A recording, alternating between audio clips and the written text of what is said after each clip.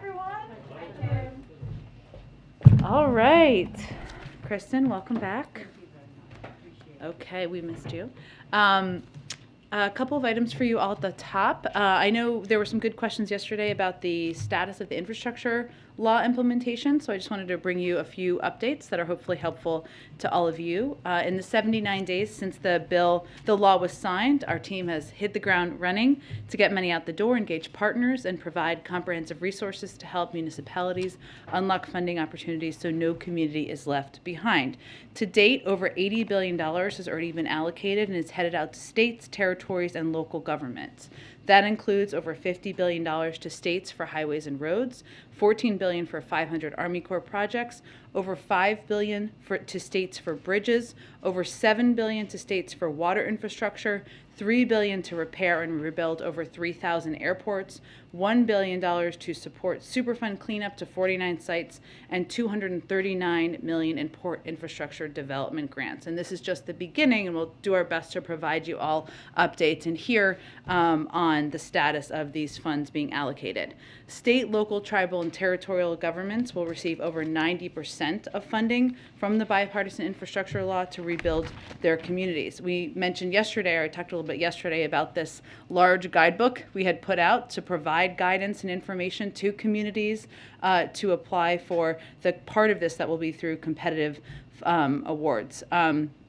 As we did with the American Rescue Plan, we also know that local leaders have the best sense of where the communities need funding. And the formula funds in the bipartisan infrastructure law include flexibility to deal with unique local and state challenges. As we've also said many times, with flexibility comes great responsibility to use funds wisely. So to ensure accountability and transparency, Mitch Landrieu and the infrastructure team convened a meeting with inspectors general from all agencies with funding from the infrastructure law to discuss oversight and transparency. He called for each state to appoint an infrastructure implementation lead, and we are committed to showing transparency on how money is allocated and spent. Also, one other update for all of you at the top. As you know, the president is headed to New York City on Thursday, and I wanted to give you a quick preview of his trip. He will be joined on the trip by Attorney General Garland to talk about the steps the administration has taken so far to reduce gun crime and how we can be a strong partner for New York City and other cities grappling with increased gun violence over the past 2 years. The president and the Attorney General will join with law enforcement officials alongside elected leaders, including Mayor Adams, Governor Hochul, at the New York Police Department headquarters to discuss the work that federal, state, and local law enforcement officials are doing to quickly take guns and repeat shooters off of our streets. Afterward, President Biden, Attorney General Garland, Mayor Adams, Governor Hochul, and other elected leaders will visit with community violence intervention leaders in Queens to talk about the community-led work to interrupt gun violence. The president outlined a comprehensive plan last year to tackle gun crime that includes giving cities historic funding through the American Rescue Plan to put more cops on the beat and support community violence intervention programs, as well as initiatives like after-school programming, creating economic opportunities, and reducing recidivism to address the root causes of gun crime. The president's budget also doubles federal support for community policing, with $300 million more for cities, plus another $200 million for community violence interventions, a total of $500 million for these strategies that are proven to reduce gun crime. And he's going to continue to urge Congress to act on that. Finally, the Department of Justice continues to step up their efforts to combat violent crime and gun trafficking, including through 5 strike forces launched last year in New York City and other regions. As the Department of Justice reported just last week, those efforts have resulted in thousands of guns and violent criminals being taken off the streets over the past year. But they will, of course, have more to say on Thursday. Why don't you kick us off? It's been a busy news day, so I have a few. Off the top, Senator Manchin just said that Build Back Better is dead. Was the White House aware that he felt this way, and what's the path forward for some of those Democratic priorities? Well, as you know, as a policy, we're not going to get into private conversations we have with Senator Manchin or any other senators about this piece of legislation or our efforts moving forward.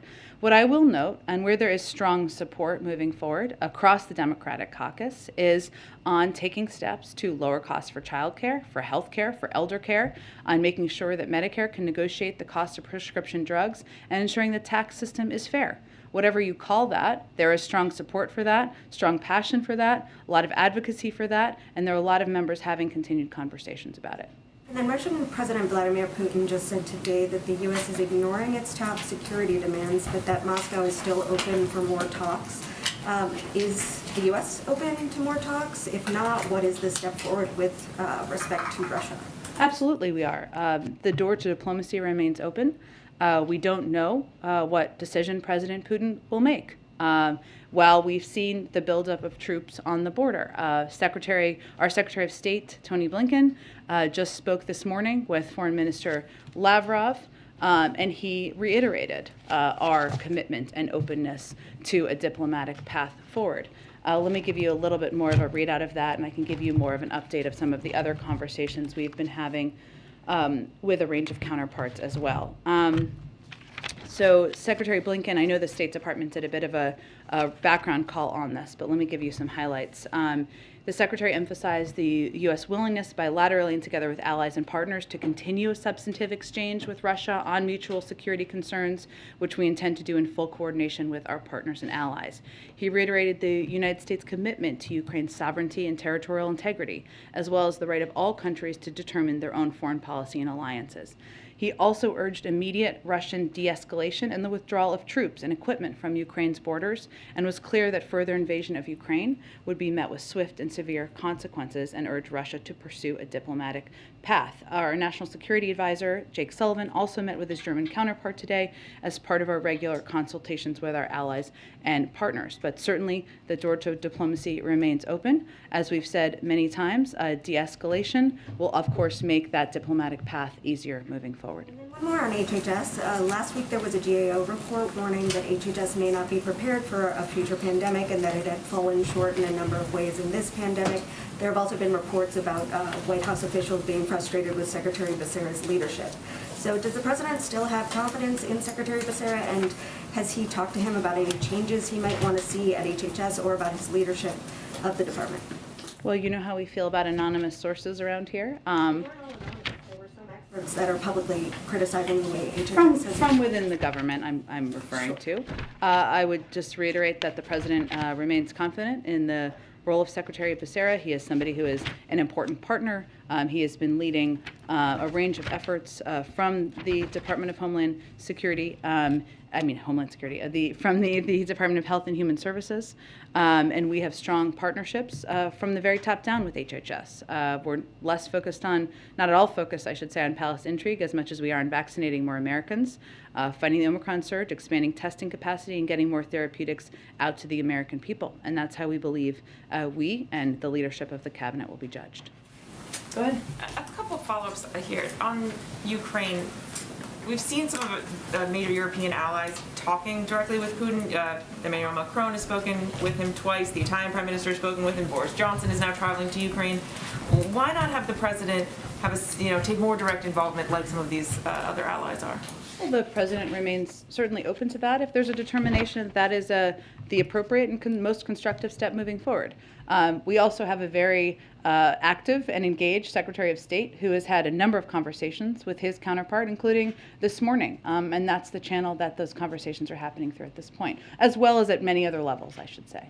And on the question about Senator Manchin, he also said that no one's reached out to him. He hasn't been having talks about trying to do this in chunks, as the president has suggested maybe the path forward. Why not? I'm not going to outline from here conversations that we are having with a range of senators, and a range of senators are having with each other. But I can assure you we've been in touch with and with every member of the Democratic caucus. And just some housekeeping on the Supreme Court pick. The Times is reporting that Doug Jones will be the Sherpa on the Hill. Can you confirm that and talk about that decision? I don't have anything to confirm yet at this point about what the team will look like that we bring in, as has been done historically, to help Sherpa through our nominee whenever that person is selected. I can reiterate that we intend to have that team in place before the president makes a selection, and that team will be more than one person. Go ahead, Kristen. Thank you, Jen, and thank you for the welcome back. Following up on the Supreme Court decision, a number of Republicans, as you know, and as you've been asked about, have spoken out about the president's pledge to pick a black woman for the high court. How do you respond specifically to Ted Cruz, who overnight called it offensive and defensive to black women that didn't make that pledge? Well, here's what I would say first. Just over a year ago, the previous president also promised to select a woman for the Supreme Court. Not only were there no complaints about choosing a nominee from a specific demographic from the same corners, but there was widespread praise of now Justice Barrett on those grounds, with Republican lawmakers widely highlighting that they thought this was positive for women in America. So take Senator Cruz himself. He had no objection to Donald Trump promising he'd nominate a woman in 2020. Repeat, no objection at all. In fact, he praised her on these grounds. The nominee. During her confirmation hearing, Senator Cruz said, quote, "I think you're an amazing role model for little girls. What advice would you give little girls?" When President Reagan honored his campaign pledge to place the first woman on the court, he said it symbolized the unique American opportunity. There is no outcry around that.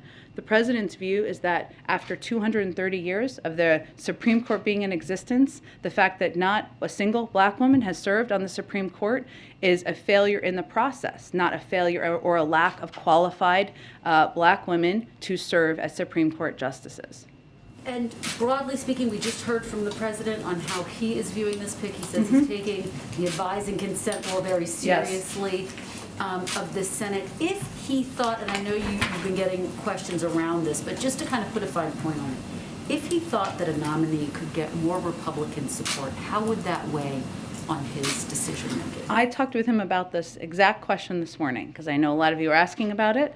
And what he reiterated to me is that his focus is on picking the person who is eminently qualified, who is ready to serve and prepared to serve in a lifetime appointment to the Supreme Court, not in navigating the legislative process. Just yesterday, on a different topic, HBCUs, a number of them have gotten more bomb threats. Today, yesterday said that the bomb threats were disturbing. Can you update us on what, if any, more information the White House, the president has about these potential threats? And is there a concern that it is, in fact, linked to Black History Month? Well, we don't have an assessment at this point. We are continuing to evaluate. Our Homeland Security Advisor here in the White House, Liz Sherwood Randall, is providing regular updates to senior staff, to the president as well, and he certainly is aware of the latest instance of bomb threats, not just yesterday, but also those this morning. Let me just reiterate that we condemn these disturbing threats, and our thoughts are with the students, faculty, and staff of these storied institutions. We have been long supporters and have made historic investments in HBCUs and deeply value the significant role they continue to play in advancing opportunity for black students across America. But right now, we don't have any assessment or new assessment right now. Any chance that the president, or are there any discussions about the president visiting one of these HBCUs to reaffirm the commitment that the White House has to the protection of the He has certainly visited HBCUs in the past, Kristen. Obviously, right now our focus is on ensuring we are working in close coordination with our law enforcement authorities and ensuring that the leaders of these institutions and the students know that we are watching closely and that we are standing with them as they face these threats. But I don't have any trip to predict at this point in time. On that, please. I'll go to you next, April. Let me just finish, Kristen. Really quickly. Go ahead. Tomorrow's the one-year anniversary of the Family Reunification Task Force. As you know, Secretary Mayorkas has told NBC News that the White House is 100% supportive of permanent legal status for families separated at the border. Is that a true statement? Is that fair? We stand by Secretary Mayorkas. April, go ahead, and then I'll come back to you. Go ahead. Okay, so Jen, back on the HBCU bomb threats. There is a historic issue when it comes to bomb threats in the black community. Mm-hmm. And with that said, you have people like Lee Merrick calling it terrorism, and he's asking for the DOJ, Homeland Security, and U.S. Attorney's Office to investigate, to form a task force, particularly specifically on these issues. Is there talk around the White House for this to happen? Well, what I can tell you, April, is that we take these threats incredibly seriously, that again, our Homeland Security advisor is in close touch with law enforcement authorities at a federal and local level, and we are assessing what we think the origin, the reasoning, the motivation behind it is. We don't have an assessment of that quite yet, and I don't want to get ahead of that process, but we absolutely are behind these HBCUs. We are want to make very clear that we take these threats seriously and we deeply value their contributions, but it's important for law enforcement authorities and others to make an assessment before we make any determinations about next steps. And does the White House see the irony in this moment with these continued bomb threats of HBCUs, particularly as much of the power structure up and down Pennsylvania Avenue are graduates of HBCUs, starting with the Vice President, Howard University, Cedric Richmond, Morehouse, Joyce Beatty, the head of the CBC, Central State, the House Whip, James Clyburn, South Carolina State. So is there irony in this moment? I'm not sure I would call it irony, April, but I would say that it is scary. It is horrifying. It is terrible that these students, these faculty, these institutions are feeling under threat. Now, again, we don't know more details at this point in time, and I don't want to get ahead of law enforcement authorities, but certainly, given the history you referenced, this is something we're very mindful of, and that is why we're so focused on providing regular updates and seeing what our law enforcement team assesses. And lastly, on the policing executive orders, Reverend Al Sharpton says that there's now a move to break apart the George Floyd Justice and Policing Act for standalone pieces that could possibly go up for a vote and one way or the other pass or fail. And they're doing that because the executive orders don't have as much teeth as a law. What do you say to this effort to break apart the George Floyd Justice and Policing Act and make each portion a standalone bill? Well, what I can assess from here, April, is whether there'd be support for getting that across the finish line and signed into law. As you know, the president very much wanted to sign the George Floyd Justice and Policing Act into law, and we did not take executive actions at the time because we wanted to leave room and space for that process to proceed in a bipartisan manner. So I'd really point you to leadership and committee chairs in Congress to see what is possible on that front. And certainly we agree, a law is more permanent than executive orders. That is absolutely true, but we have not even finalized, nor do I have a preview of exactly when it would be a police reform executive order. So I would also encourage people to wait to assess what that looks like. Go ahead, Weijia. Thank you, Jen. Back to the Supreme Court. I know Sure. the president said he wanted to seek the advice of the Senate in addition to consent. Is there anything you can share about his conversation with Senators Durbin and Grassley and whether he shared his list of potential candidates with them? Well, I think they were still meeting when I came out here, or I had not spoken with him yet as it was breaking. So I have not gotten a rundown from him quite yet. I think he wanted to have an open and engaging conversation with them. In terms of what specific information he shared, I think it was more of him looking to listen to them and hear what they had to say about there are a range of names, a range of candidates out there, but also look to them for their advice and their counsel. As we've noted before, Senator Durbin has been through 7 confirmation hearings for Supreme Court justices. Senator Grassley is certainly a veteran of these committee processes. The president takes his role seriously, and as he said today, and as you referenced, takes the role of consent of the Senate seriously. But I don't think we're going to read out too many specifics other than to say he was looking forward to having an engaging conversation. And since Justice Breyer announced his retirement, has the president spoken personally with any of the candidates who he might be considering? We're not going to give a process update or assessment from here, just as a policy, but I can tell you that what we're focused on now is obviously the president is continuing to consult with leadership in Congress, as was evidenced by this morning. He'll do more of that this week. There's obviously an ongoing process as we look to name and nominate a Supreme Court justice before the end of this month, as is related to Mary's earlier question. We'll also be announcing soon a team that we will be bringing in from the outside. So there are a number of steps that are happening at the same time, but we're not going to be going into specifics of confirming the internal processes. And you mentioned just a bit ago that he is looking forward to someone who will obviously serve for a lifetime. will age be a factor as he considers who to nominate? So whoever it is can have a longer imprint on the court. I'm just not going to get into more specifics of what he's looking for. I mean, I think the president outlined when he spoke earlier that he's looking for somebody who's qualified, who's eminently qualified, who's prepared to serve in this role. There's a range of candidates he's been reviewing bios of for some time now, but beyond that, I'll let him speak to more specifics. Thank you. And then one more question on Russia. How soon could the U.S. move troops to the eastern flank? And just to clarify, when the president said it will happen in the near term, did he mean troops that are already stationed in Europe, or would some of those troops be the ones based here at home? Well, I think we've said previously that there's NATO troops, of course. There's 8,500 of them that we've committed to the NATO effort. That would be a decision made by the alliance. Some of those troops are in the United States, some are in Europe. I don't have anything to preview for you in terms of any additional troops. Obviously, there are troops currently that are stationed in Eastern European countries. Some of those troops, of course, are not, many of them are not under the NATO alliance, but I don't have anything to predict for you at this point in time. Go ahead. Thanks, Jen. A couple quick ones on Supreme Court first. Last week, I know you said you'd look for an answer on whether you thought the Vice President could break a tie on the Supreme Court vote. Have you guys come to a determination on that? So the Vice President has been the tie-breaking vote for a number of judicial appointments or nominees in the past, but our intention is, of course, to get broad support for an eminently qualified nominee. In the Oval, the President evoked the Ninth Amendment as he was talking about the qualifications he's looking for a judicial nominee. In the past, in committee hearings, he's certainly brought that amendment up in the context of abortion rights. Is it a fair reading that that is what he was specifically saying that he was looking for from a candidate here?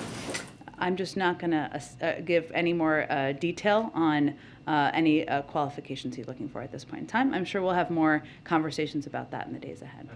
There was a kind of long New Yorker story over the weekend in which a former NSCA, Andrea Flores, made two claims. One was that Susan Rice and Ron Klain had opposed expanding asylum access for political reasons, and that the White House, partially because of that, wasn't doing contingency planning for the lifting of Title 42 whenever we get to that point in the pandemic. And hadn't kind of built out capacity to do that. So I was wondering if you could kind of respond to, I think, those 2 points that would suggest that immigration policy has shifted within the White House from the campaign. Well, what I can tell you is that I did not work with Andrea Flores, so I don't know her well, nor can I speak to her role here, but that our policy as an administration has been entirely consistent with what the president committed to on the campaign. And his effort has been to build a fair, humane, and lawful immigration system and bring it into the 21st century. Hence, he obviously proposed an immigration bill on his first day in office. And beyond that, he has taken steps to protect DACA recipients, ended the Muslim ban and the public charge rule, put together the Family Reunification Task Force, restarted the Central American Minors Program that the previous administration ended, extended her newly designated temporary protected status for a number of countries, and worked with DHS to give clear guidance for internal enforcement. It's also true that we're still in the midst of a pandemic, and that is not something, of course, as we've talked about here a bit in the past, that everybody anticipated still being at this point in time. The CDC is obviously the determinant of having Title 42 in place, and that still is in place because of the pandemic that we're in. But I would also note that we have, and I think this was noted, I believe, in the story, but that we have also been very clear about our view on the MPP program. And very clear on our view about the inhumanity of the prior administration and how they handled immigration, and that we had every intention of implementing a different approach. One last one. There's been a bit of controversy this week on the other side of the pond. Prime Minister Johnson and the actions of him and his staff. A report came out this week. I'm wondering, is the president aware of what's going on? Is he at all worried that political controversy is impacting his, the U.S. and U.K.'s ability to sort of press President Putin on the Ukraine situation? And, has he ever been ambushed by a cake? Has the president ever been ambushed by a cake? But Not no, that just I'm aware what of. his reaction is sort of to this controversy that's been blowing up. You know, I have not spoken with him specifically about the reports in the UK, but what I can tell you is that he is confident in the important partnership we have with the United Kingdom, the role they play as an important partner in making clear to Russia the unacceptable nature of the buildup of troops and their bellicose rhetoric as it relates to Ukraine, and that certainly has not changed, despite cakes in anyone's faces. Go ahead. Thanks, Jen. Starting quickly just with Ukraine, you guys keep holding out this diplomatic path for Vladimir Putin, but as he noted today, you've already rejected both of his kind of central demands. So what exactly is this a diplomatic path to, if you've already rejected what he's asked for? And can you kind of sympathize with the fact that he may be feeling like he's strung along and wants to pursue things on another battlefield? As in invading a sovereign country? Should be the alternative, right? Right? Is that what you're saying? Okay. Perhaps. Well, here's our view. We don't know what President Putin is going to do. And it is our responsibility to, and it's an imperative, to keep the door to diplomacy open. That does not mean that we are going to not stand by our own values, which includes our belief that, and the belief of NATO countries that it should be up to NATO members to determine who is able to join NATO, and that the door to that should be open. So if that is one of their claims, we have reiterated the same thing privately that we have reiterated publicly. In our view, do we have sympathy? I mean, this is, Secretary Blinken has used some of these analogies in the past, but when the fox is screaming from the top of the hen house that he's scared of the chickens, which is essentially what they're doing, that fear isn't reported as a statement of fact. And as you watch President Putin screaming about the fear of Ukraine and the Ukrainians, that should not be reported as a statement of fact. We know who the fox is in this case. We have seen the buildup of troops at the border. We have seen them move troops to Belarus on another border. And our role in the United States is to work with other countries around the world to keep that door to diplomacy open, because certainly all of our preference is to de-escalate and to prevent an invasion from happening. But that is up to President Putin to make that decision. A possible end game here could be just mutual de-escalation and then live to De-escalation in what regard? Mutual de-escalation. Tell me what you mean by that. I mean, I suppose it's up to you to define, but I mean, you guys have asked for him to move troops back from the border. But here's what I'm getting at. It's a mistake, I would say, to define things by the terms that President Putin is defining things. This is a country and a leader who has used chemical weapons, who has invaded multiple countries in the past several years, who has taken aggressive steps on the global stage on many occasions. So when we talk about mutual de-escalation, Russia has 100,000 troops on the border. They are the aggressor. We are working with NATO countries to make sure they feel secure in this moment. NATO is a defensive alliance. It is not the same thing, and I think we need to be careful about comparing them as the same thing. Thank you. Just to switch gears to Supreme Court, you guys obviously have got this big nomination that you're working on, but there's also huge existential questions hanging over the Supreme Court. Does the president plan to decide what he's going to do on Supreme Court reform before he makes his nomination? He is reviewing the Supreme Court Commission report. I don't have a prediction of when he will conclude his analysis of that. And I just asked because the report includes suggestions about things like changing the number of people on the court, and you would think he would want to know who, if he's going to increase the size of the court, who he's going to put on first, right? I think, Trevor, his focus right now is on going through a process that takes it, that values the seriousness of the role he has as president, where he consults, as you saw today, with Democrats and Republicans, and to select and nominate an eminently qualified black woman to serve on the court. That's his focus right now. And finally, there have been some ethical questions about Supreme Court Justice Clarence Thomas. His wife has a number of political affiliations with groups that file amicus briefs before the court, have other business before the court. It's his choice whether or not to recuse himself from those cases. He hasn't. Does the president feel that there is an ethical issue there that he'd like to see dealt with? I have not had a discussion about that with the president or our counsel's office. I will see if there's any comment we have from here, or it might be a Department of Justice comment. I'll get back to you. Go ahead. Hey, Jen, how's it going? Good. The Center for American Progress put out a memo today focusing on specific priorities for a more narrow Build Back Better bill. But not listed is the extended child tax credit. Could the White House, like apparently CAP, support a revised bill that didn't include the extended child tax credit? Well, I'm not going to make a prediction or negotiate from here. Obviously, the president proposed an extension of the child tax credit, as you know, because it helped cut the child poverty by 40% last year. It's something he would absolutely like to be extended.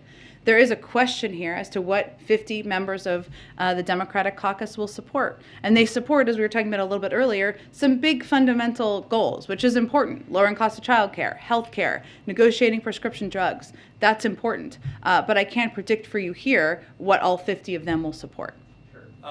Last week, the Surgeon General also was asked on MSNBC about Joe Rogan's vaccine comments on Spotify, and he said that tech companies have an important role to play in stopping misinformation because they are the predominant places where misinformation spreads. Spotify is putting out advisory warnings on episodes that have to do with COVID-19. Does the White House and the administration think this is a satisfactory step, or do you think that companies like Spotify should go further than just putting a label on there to say, hey, go do your own, check this out. There's more research you can look at, scientific research regarding COVID. Sure. Well, last July, you probably know, but the Surgeon General also took the unprecedented step to issue an advisory on the risk of misinformation in public health, which is a very significant step. And amid that, he talked about the role social media platforms have. So our hope is that all major tech platforms and all major news sources, for that matter, be responsible and be vigilant to ensure the American people have access to accurate information on something as significant as COVID-19. That certainly includes Spotify. So this disclaimer, it's a positive step, but we want every platform to continue doing more to call out mis and disinformation while also uplifting accurate information. I mean, look at the facts, right? You are 16 times more likely to be hospitalized if you're unvaccinated and 68 times more likely to die than someone who is boosted if you're unvaccinated. That's pretty significant, and we think that is something that unquestionably should be the basis of how people are communicating about it.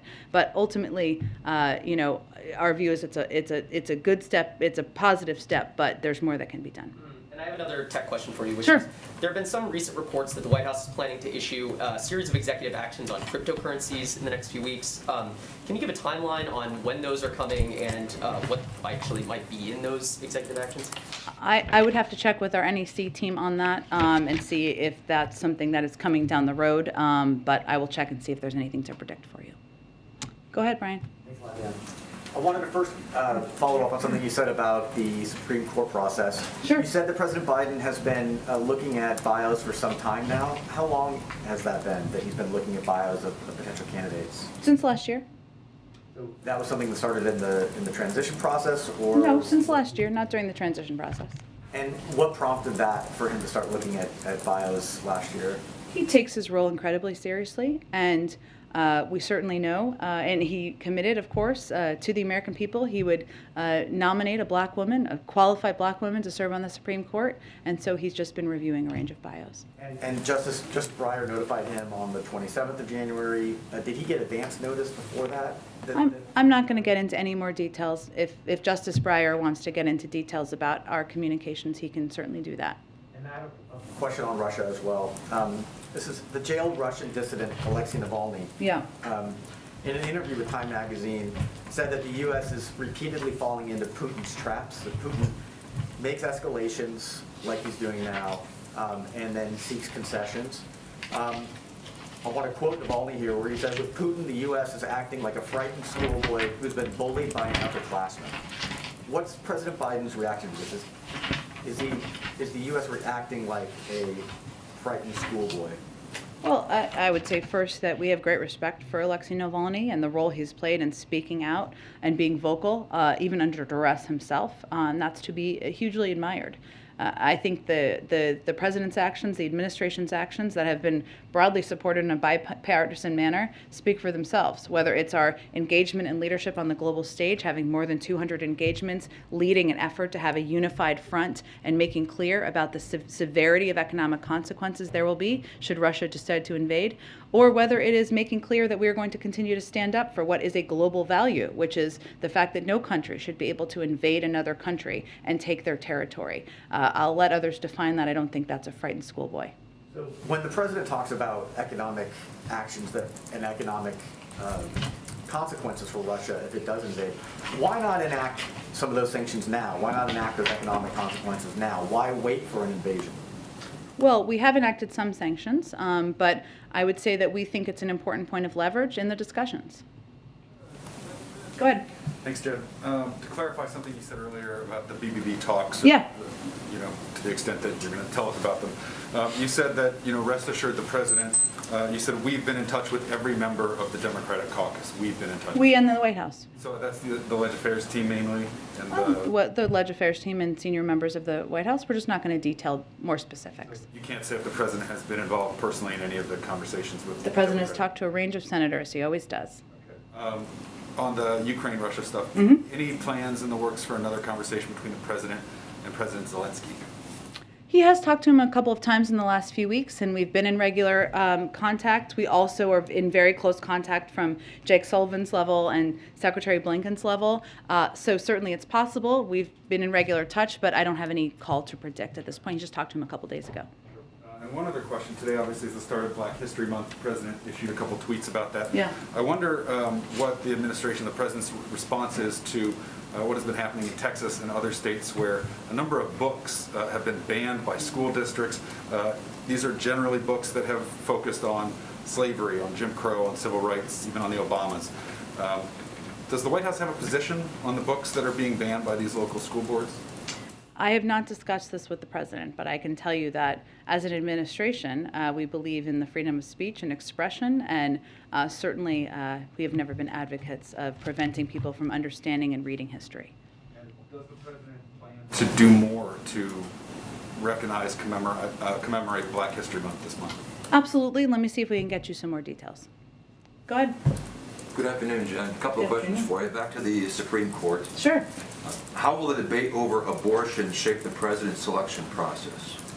The president is going to select an eminently qualified black woman to serve on the court, and he's going to do that through consulting with a range of members of Congress, through outside experts, and obviously through engagement with them directly. But I don't think I'm going to give you more specifics from here. Will that person have to be pro-abortion? I think somebody asked a similar question. I'm not going to outline litmus tests from here today. Following up on that, the president has said in the past he does not believe that life begins at conception.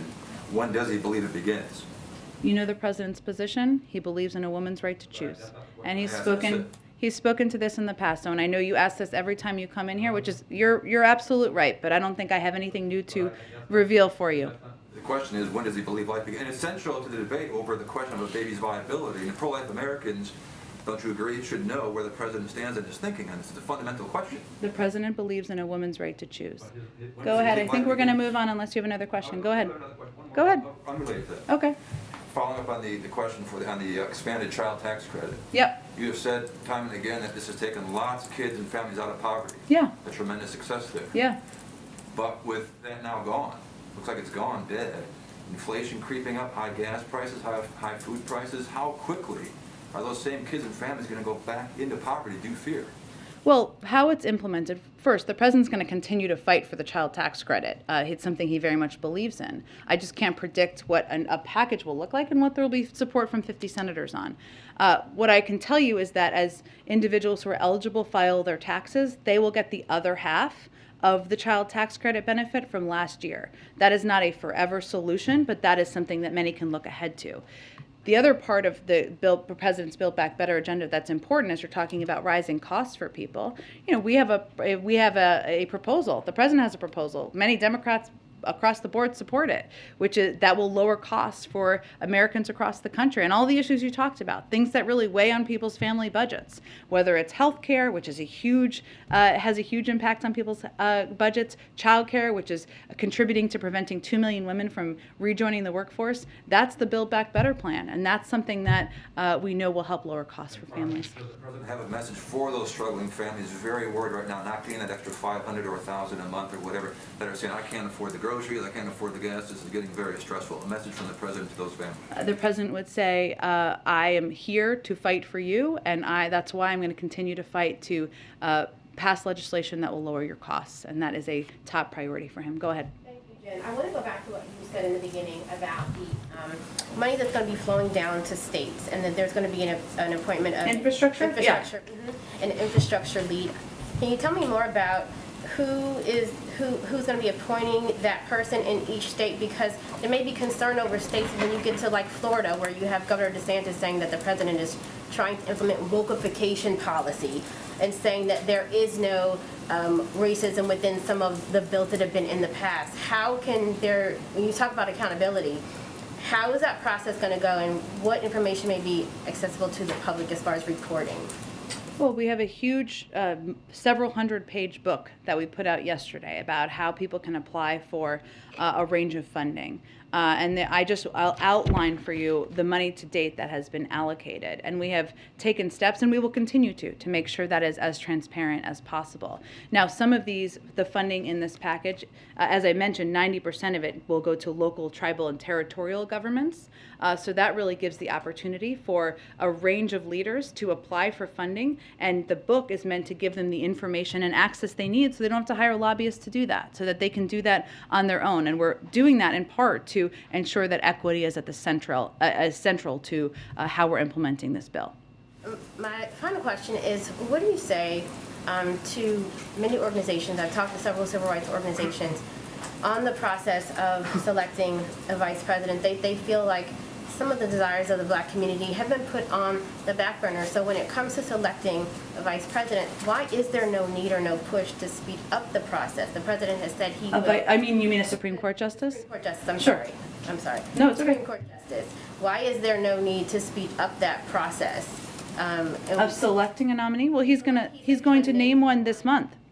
Right, name one this month, but there has been a little bit of pushback as far as comparing the process, the timing to Amy Coney Barrett, as opposed to what the president is going to do during this time. We've heard Chuck Schumer say that, but does the president feel the same way as far as how long, how quickly and expeditiously he wants to move this process along? I just want to make sure I'm answering the right question. So you were saying there's unhappiness in the civil rights community about the pace, or are you talking about the Schumer call for the 38 days? Well, is the president going to on board with that to push it that fast? Well, the president takes the decision to select an eminently qualified individual to nominate to the Supreme Court very seriously. He wants that to be a thorough process, and he's still doing that expeditiously by nominating someone this month. And he wants, of course, the Senate to move forward expeditiously, but we're not setting artificial deadlines beyond that. Go ahead in the back. Okay. We usually have two more, so let me get to them quickly. Go ahead. Thank you, Jen. I have a couple of questions on two different topics. Sure. One's Russia and then immigration. On Russia, I know the president has spoke with the Emir of Qatar regarding the role of that country exporting natural gas to the European Union. Mm-hmm. But is the U.S. considering increasing its role as a natural gas exporter to the European Union to serve as an alternative to Russian gas? We are having a conversation with not just countries, but also suppliers about how to help meet any shortage of natural gas that could come about if there's an invasion. Also in Russia, since Ukraine is not a NATO member, according to the North Atlantic Treaty, NATO cannot really respond militarily to Russia in Ukrainian territory. But are U.S. unilateral military actions on the table to support Kiev? You mean sending U.S. troops to Ukraine? Yeah. No. Okay, no. And on the other topic that I wanted to ask real quick, this administration is now sending Venezuelan migrants arrested at the U.S.-Mexico border to Colombia under Title 42. What agreement has being reached with the Colombian government? Is it similar to the MPP with Mexico? Well, I think what we tried to do from the beginning is ensure that for Venezuelans who were coming from a third country, right, that they were able at some point to return to that country. So in this case, pursuant to Title 42, we began repatriating Venezuelan nationals who had attempted to unlawfully enter the United States to Colombia, where they had previously resided. So it was, a place where they had been living before. Flights to Colombia with Venezuelan nationals who have legal status are expected to take place on a regular basis and will be operated by U.S. Immigration and Customs Enforcement. Of course, that requires agreement with the government. When did that started, and how temporary is that supposed to be, this program? Well, it's just starting now, and I'm sure I can get you a timeline of when it actually started to commence. Is there a deadline until when this will be implemented? I don't believe we've set a deadline, but I can get that information for you as well. Go ahead, last one. Thank you, Jen. One on the Supreme Court and two on COVID, if you'll indulge me. Sure. First on the Supreme Court, does President Biden have plans to talk to Senator McConnell at all today or this week? I expect he will have many more consultations with Democrats and Republicans. I don't have anything yet for you at this point, but hopefully we'll have more in the next 24 hours. Okay. Two quick ones on the pandemic. First of all, I was wondering if you'd be able to provide an update on the free mask program that the White House was doing. Just curious if there's an update on how many of the hundreds of millions of masks have been distributed already, and also, is there a way for Americans to know, if there are masks in their area, if they've been delivered to their area at pharmacies, just sort of when they know that they can go find them in their area? Sure. So we just announced this last week, but we've already cranked up our shipments. We've shipped 100 million N95 masks so far, which is incredible progress. They're available at thousands of locations around the country. The initial wave of health centers are for people who are looking to see if they're available near them, is available on the Health Resources and Services Administration's website. And the program, we're working to expand it to make it available across all health centers over the coming weeks. And lastly, one from a colleague who couldn't be here. At News Nation, they reported hearing from people who signed up to receive the free COVID tests through the website, the government website, but they had issues where either the tests were shipped to the wrong address or they never received a confirmation email. So what should people do in that case? Is there a way for them to rectify that? Does the White House have like a response team in case somebody never gets a test that they ordered or anything like that? Yeah, there's a help component on the website. Hopefully it should be easy for people. There's also a phone number. I'm sure we can get that to you after the briefing as well, that people could call should they have any concerns. I will note that we confirmed last week that 60 million tests had been ordered as of then. I don't have an updated number. Tens of millions of tests have gone out the door and reached the right doors. I think that's the vast majority. That is earlier than we were scheduled and were planning to get those tests out the doors, but we can get you the phone number and you can publicize that in your publication. Thanks, everyone. Can you make sure we all get a list of what's going on for Black History Month? Sure.